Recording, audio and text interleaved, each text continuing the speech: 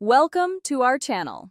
If you want to remove all likes on Instagram at once, follow these step-by-step instructions to ensure the process is completed successfully. Step 1. Open your device and navigate to the relevant app or settings menu. Make sure you have a stable internet connection before proceeding. Step 2. Locate the specific section or feature you need to access. This might be in the settings menu, account options, or within the main interface of the application. Step 3. Look for the option related to your task. It may be labeled with clear text or represented by an icon. Tap or click on it to proceed to the next screen. Step 4. Review any information or warnings displayed on the screen. Make sure you understand what will happen when you complete this action. Step 5.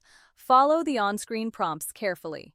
You may need to confirm your choice, enter a password, or provide additional information to complete the process. Step 6. Once you've confirmed all the required steps, the action will be processed. Wait for the confirmation message to appear on your screen. Step 7. Verify that the changes have been successfully applied by checking the relevant section again. This ensures everything has been completed as intended. Step 8.